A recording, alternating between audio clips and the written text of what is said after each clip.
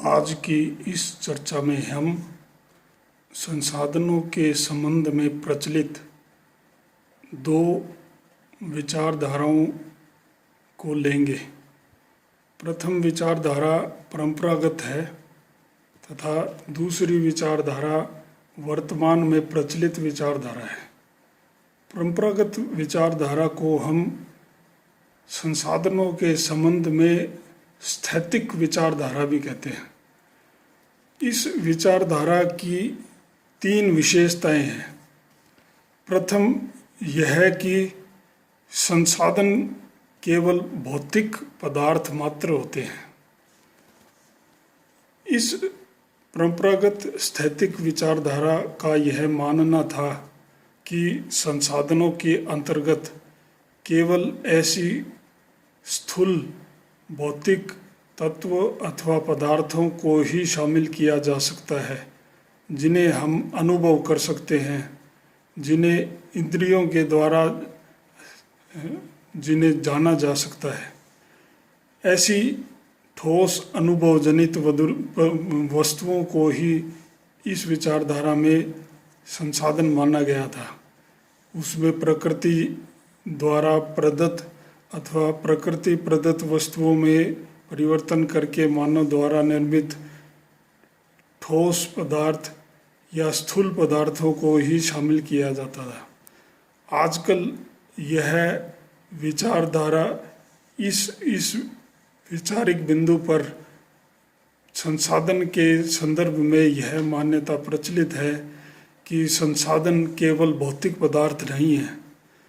संसाधनों के अंतर्गत हम मानव की विशेषताओं को भी शामिल करते हैं। मानव की विशेषताओं में उसके ज्ञान, उसकी तकनीकी क्षमता, उसकी सामाजिक संगठन की विशेषताओं आदि को लेते हैं।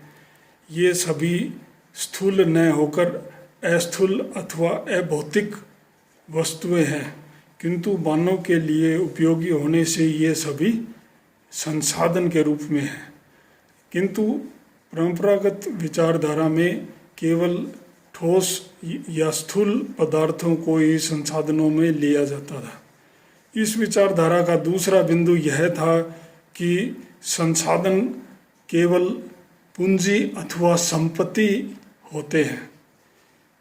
पूर्व के विवेचन में हमने देखा था कि संपत्ति या पूंजी की तीन विशेषताएं होती हैं। नंबर एक, पूंजी अथवा संपत्ति की मात्रा सीमित होती है। इस सीमित मात्रा के होने से सभी संपत्ति अथवा पूंजी को हम विपणनशील पदार्थों में शामिल करते हैं। तो विपणनशीलता और सीमित मात्रा में होना अथवा अल्पता तथा तीसरी उपयोगिता, संपत्ति की तीन विशेषताएं मानी जाती हैं। संसाधनों में हम केवल अल्पता की विशेषता रखने वाली वस्तुओं को ही संसाधन नहीं मानते हैं। वायु, सौर ऊर्जा और जल पर्याप्त मात्रा में उपलब्ध है, यानी कि उसकी अल्पता नहीं होती है, फिर भी वो संसाधन है क्योंकि उसमें उपयोगिता का तत्व निहित होता है। संसाधनों के संदर्भ में परंपरागत पूंजी आधारित विचारधारा में संसाधन की इन तीन विशेषताओं को ही लिया जाता था: उपयोगिता, अल्पता तथा विपणनशीलता अथवा मार्केटेबिलिटी, जिसे बाजार में खरीदा बेचा जा सके। लेकिन आजकल संसाधनों की अल्पता और विपणनशीलता ये गुण संपत्ति के गुण हैं, लेकिन संसाधनों के गुणों में इनको नहीं गिनाया जाता। संसाधनों की वर्तमान में केवल दो विशेषताएं, उसकी उपयोगिता और उसकी कार्यात्मकता ही है।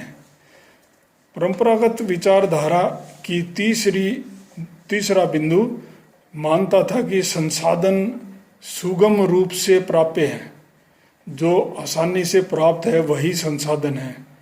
लेकिन वर्तमान में संसाधनों के संदर्भ में प्रचलित विचार यह मानता है कि संसाधन सदैव सुगम रूप से प्राप्य नहीं होते हैं। संसाधनों की प्राप्ति में कई प्रतिरोध या रेसिस्टेंस भी हुआ करते हैं। ये प्रतिरोध तकनीकी ज्ञान के अभाव, मानवीय संगठन का अभाव है ना, और इस प्रकार के अन्य तत्वों के रूप में हो सकता है।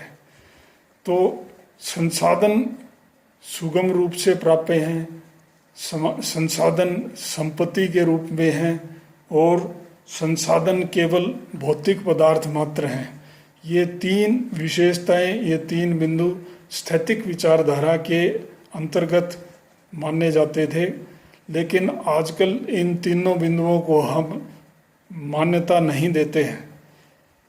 इसके विपरीत वर्तमान में प्रचलित संसाधन संबंधी विचारधारा को हम गतिक विचारधारा, डायनामिक कॉन्सेप्ट, गतिक संकल्पना के रूप में जानते हैं। संसाधनों को अब हम ऐसे भौतिक या स्थूल पदार्थों के रूप में ही नहीं गिनते हैं जो केवल ठोस या अनुभव के द्वारा जाने जा सकते हैं। ऐसे ठोस पदार्थों अथवा स्थूल पदार्थों के अतिरिक्त मनुष्य और समाज की ऐसी विशेषताओं को भी हम संसाधनों के रूप में लेते हैं जो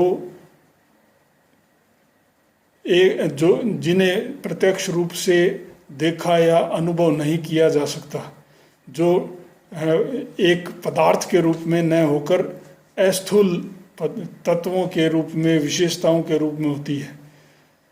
मनुष्य का ज्ञान, मनुष्य की तकनीकी विशेषताएं, मिलकर काम करने की क्षमता, संगठन क्षमता और अन्य सामाजिक विशेषताएं भी मनुष्य के लिए संसाधन स्वरूप हैं। लेकिन ये सभी ठोस या स्थूल पदार्थ के रूप में न होकर अस्थूल सूक्ष्म विशेषताओं के रूप में होते हैं। तो गतिक विचारधारा में संसाधनों को हम पदार्थ मात्र नहीं मानते हैं, संसाधनों को हम संपत्ति रूप में ही नहीं मानते हैं, और संसाधनों को हम सुगम रूप से प्राप्य नहीं मानते हैं। संसाधनों को हम प्रतिरोधों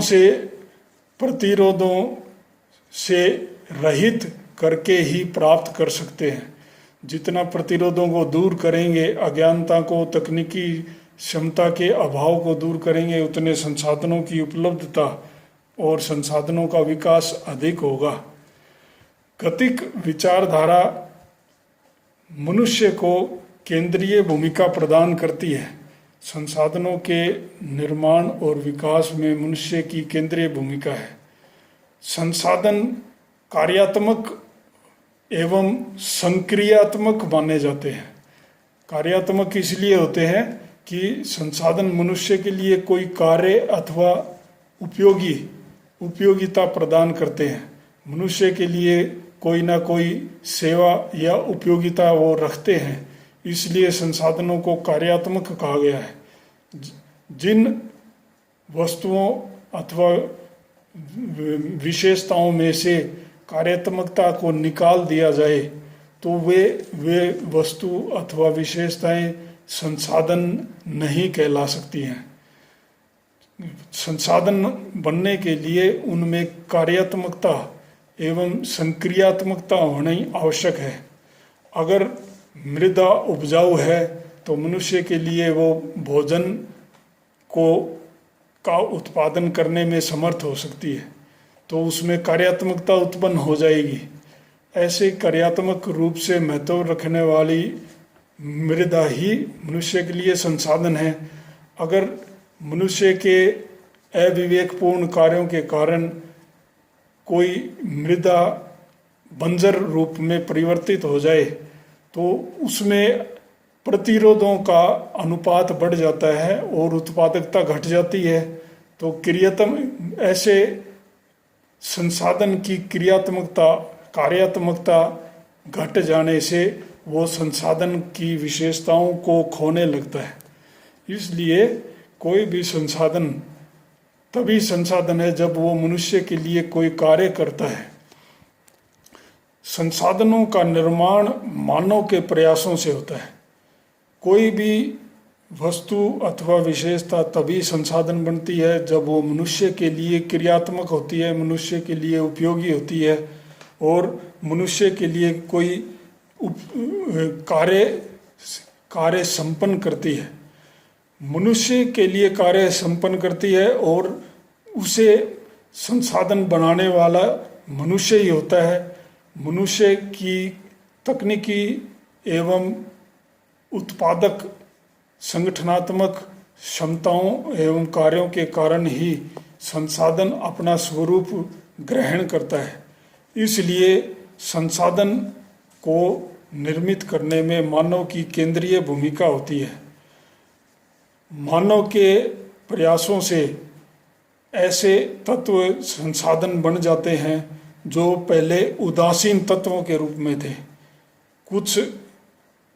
कुछ दशक पूर्वों तक हम यूरेनियम के उपयोग को नहीं जानते थे, इसलिए यूरेनियम केवल एक उदासीन तत्व के रूप में था।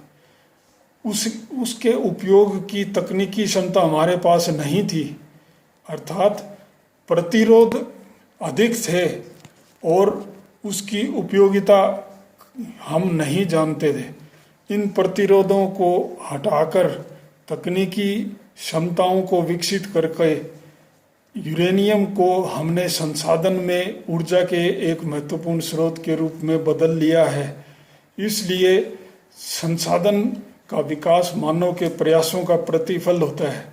कोई उदासीन तत्व प्रतिरोधों के हटाए जाने के पश्चात संसाधन बन जाता है और संसाधन के रूप में मौजूद कोई तत्व कल फिर वापस उदासीन तत्व भी बन सकता है।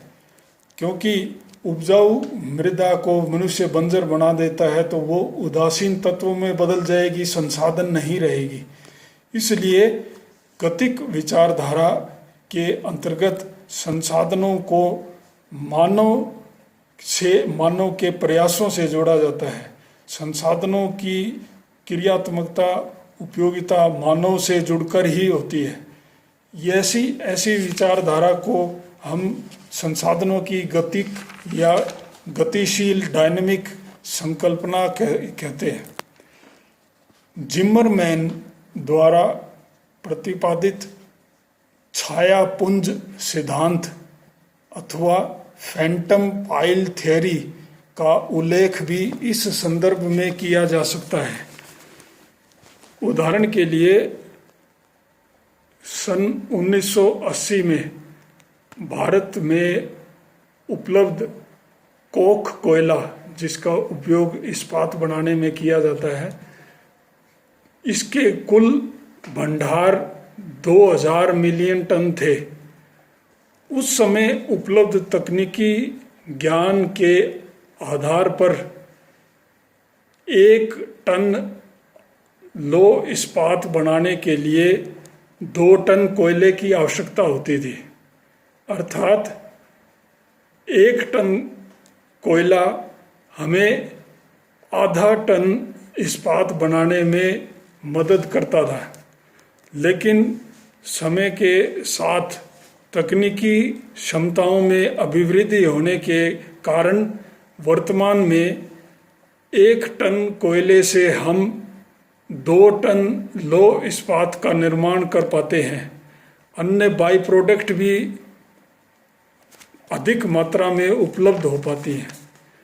इस प्रकार 1 टन कोख कोयले से पूर्व की अपेक्षा में हम 4 गुना अधिक उपयोगिता प्राप्त कर पाते हैं। अगर यह मान लिया जाए कि 1980 से लेकर अभी तक 2000 मिलियन टन कोयले के भंडारों में से 500 मिलियन टन कोयले का उपयोग कर लिया गया है, कोख कोयले का उपयोग कर लिया गया है। तो बाकी बचे 1500 मिलियन टन कोयले के तत्कालीन अवशेष या भंडार अब 6000 मिलियन टन कोयले के भंडार, कोख कोयले के भंडारों के बराबर हैं, क्योंकि यह कोयले के उपयोग की क्षमता पहले से बहुत अधिक बढ़ गई है। तकनीकी, मानव के तकनीकी विकास के कारण ऐसा संभव हो पाया है। इस प्रकार 1500 मिलियन टन के कोयले के उपलब्ध वास्तविक भंडार 1980 की तुलना में 6000 मिलियन टन कोयले के भंडार के बराबर हो गए हैं, काल्पनिक भंडार के बराबर हो गए हैं। इसे ही छायापुंज सिद्धांत कहा जाता है। यह छायापुंज सिद्धांत संसाधनों की गतिक संकल्पना अथवा गतिक स्वरूप को स्पष्ट करने में सहायक सिद्ध होता है।